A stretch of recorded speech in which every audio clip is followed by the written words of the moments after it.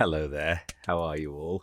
Hello, Aubrey and Evelyn and McKee, I think, was another name that I saw there. A couple of names that I didn't readily recognize. For anybody watching on YouTube, I'm talking to the people on Instagram. I do read live at 5 Pacific at Fireside Reading most weekdays, and today happens to be July the 4th, so I'm reading on July the 4th. To anybody who might like to join us, you can take a break from your parties, as I am doing, and read a little bit of a lovely old book together, and then get back to all the celebrating. Thank you for your company. We are reading Siddhartha at the moment by Hermann Hesse, and I've always wanted to read this book. I've always meant to read this book, and finally we're doing it together. You can find Fireside Reading all over. You can find it live on Instagram. You can also find it on YouTube, and I am uploading these chapters after we do them to the YouTube channel.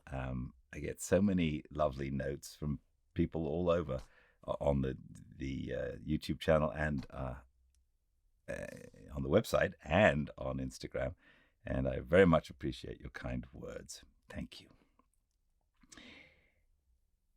Welcome to a Fireside Reading of Siddhartha by Hermann Hesse, Chapter 4, Awakening. When Siddhartha left the grove where the Buddha, the perfected one, stayed behind, where Govinda stayed behind, then he felt that in this grove his past life also stayed behind and parted from him. He wondered about this sensation which filled him completely as he was slowly walking away. He pondered deeply, like diving into a deep water. He let himself sink down to the ground of the sensation, down to the place where the causes lie, because to identify the causes, so it seemed to him, is the very essence of thinking, and by this alone sensations turn into realizations and are not lost, but become entities and start to emit, like rays of light, what is inside of them. Slowly walking along, Siddhartha pondered. He realized that he was no youth any more, but had turned into a man. He realized that one thing had left him, as a snake is left by its old skin, that one thing no longer existed in him, which had accompanied him throughout his youth and used to be a part of him, the wish to have teachers and to listen to teachings. He had also left the last teacher who had appeared on his path, even him, the highest and wisest teacher, the most holy one, Buddha. He had left him, had to part with him, was not able to accept his teachings. Slower he walked along in his thoughts and asked himself, "But what is this? What you have sought to learn from teachings and from teachers, and what they, who have taught you much, were still unable to teach you?" And he found it was the self, the purpose and essence of which I sought to learn. It was the self I wanted to free myself from, which I sought to overcome. But I was not able to overcome it, could only deceive it, could only free from it, only hide from it. Truly, no thing in this world has kept my thoughts thus busy as this my very own self, this mystery of me being alive, of me being one and being separated and isolated from all others, of me being Siddhartha. And there is no thing in this world I know less about than about me, about Siddhartha. Having been pondering while slowly walking along, he now stopped as these thoughts caught hold of him. And right away another thought sprang forth from these, a new thought, which was, that I know nothing about myself, that Siddhartha has remained thus alien and unknown to me, stems from one cause, a single cause. I was afraid of myself. I was fleeing from myself. I searched Atman, I searched Brahman. I was willing to dissect myself and peel off all of its layers, to find the core of all peels in its unknown interior, the Atman, life, the divine part, the ultimate part. But I have lost myself in the process. Siddhartha opened his eyes and looked around. A smile filled his face, and a feeling of awakening from long dreams flowed through him from his head down to his toes. And it was not long before he walked again, walked quickly, like a man who knows what he is going to do. "Ooh," he thought, taking a deep breath. "Now I would not let Siddhartha escape from me again. No longer. I want to begin my thoughts and my life with Atman and with the suffering of the world. I do not want to kill and dissect myself any longer, to find a secret behind the ruins. Neither Yoga Veda shall teach me any more, nor Athra Veda, nor the ascetics, nor any kind of teachings. I want to learn from myself, want to be my student, want to get to know myself, the secret of Siddhartha." He looked around as if he was seeing the world for the first time. Beautiful was the world, colorful was the world, strange and mysterious was the world. Here was blue, here was yellow, here was green. The sky and the river flowed, the forest and the mountains were rigid.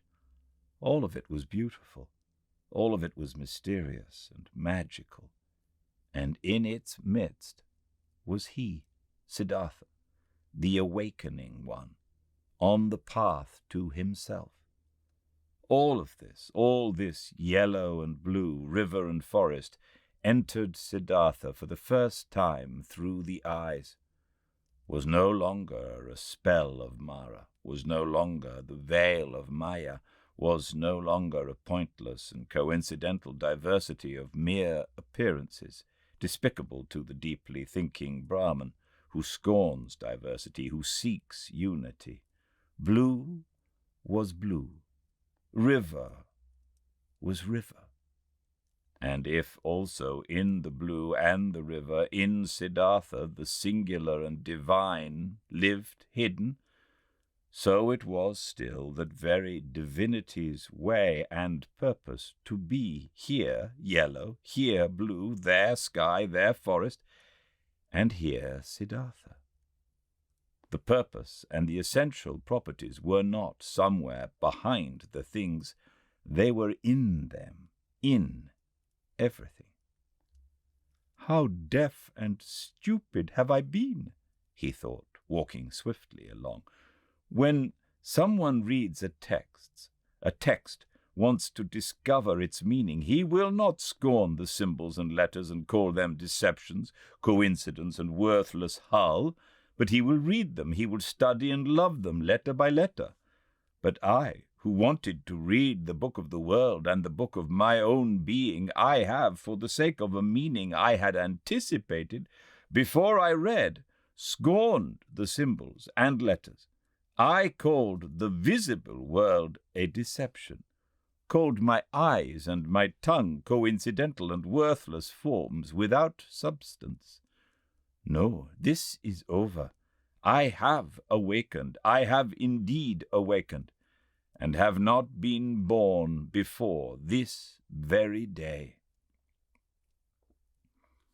In thinking these thoughts, Siddhartha stopped once again, suddenly, as if there was a snake lying in front of him on the path, because suddenly he had also become aware of this.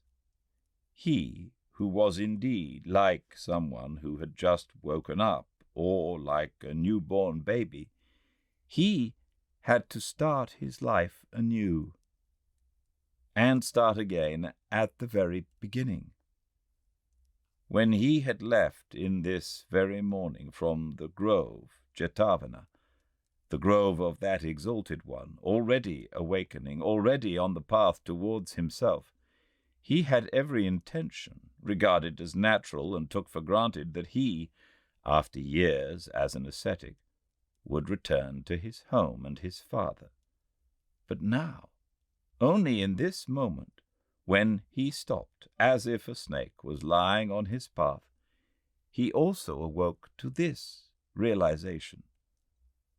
But I am no longer the one I was. I am no ascetic any more. I am not a priest any more. I am no Brahmin any more. Whatever should I do at home and at my father's place? Study? Make offerings? Practice meditation? But all this is over. All of this is no longer alongside my path. Motionless, Siddhartha remained standing there, and for the time of one moment and breath, his heart felt cold.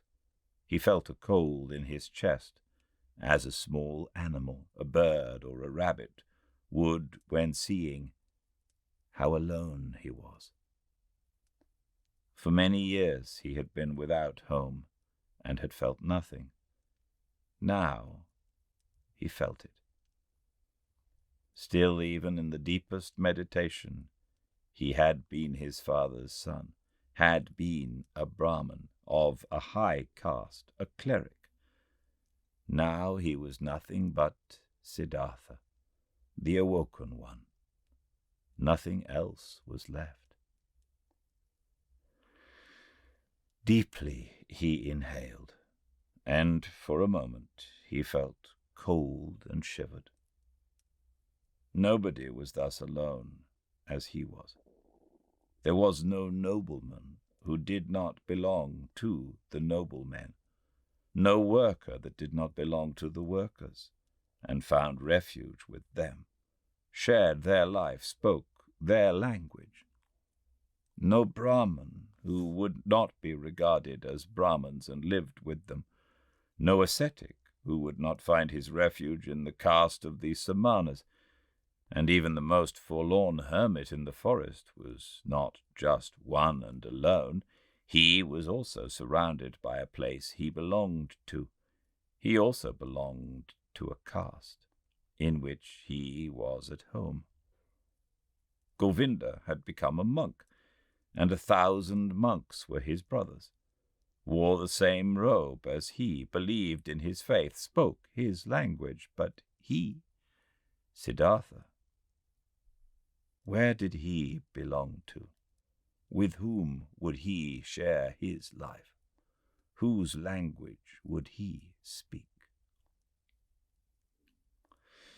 Out of this moment, when the world melted away all around him, when he stood alone like a star in the sky, out of this moment of a cold and despair, Siddhartha emerged, more a self than before, more firmly concentrated.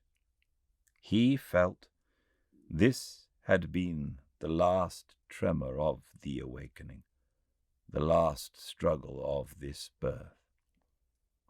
And it was not long until he walked again in long strides, started to proceed swiftly and impatiently, heading no longer for home, no longer to his father, no longer back.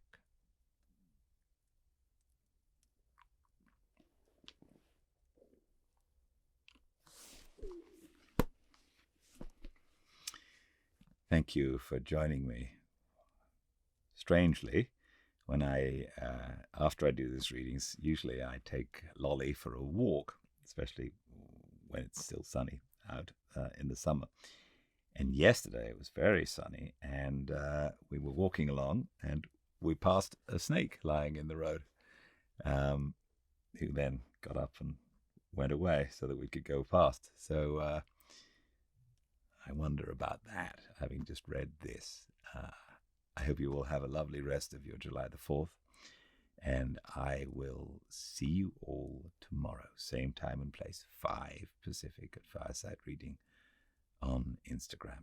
I look forward to it, as I do all these readings, very, very much indeed. But until then, everyone, do stay very well. Goodbye.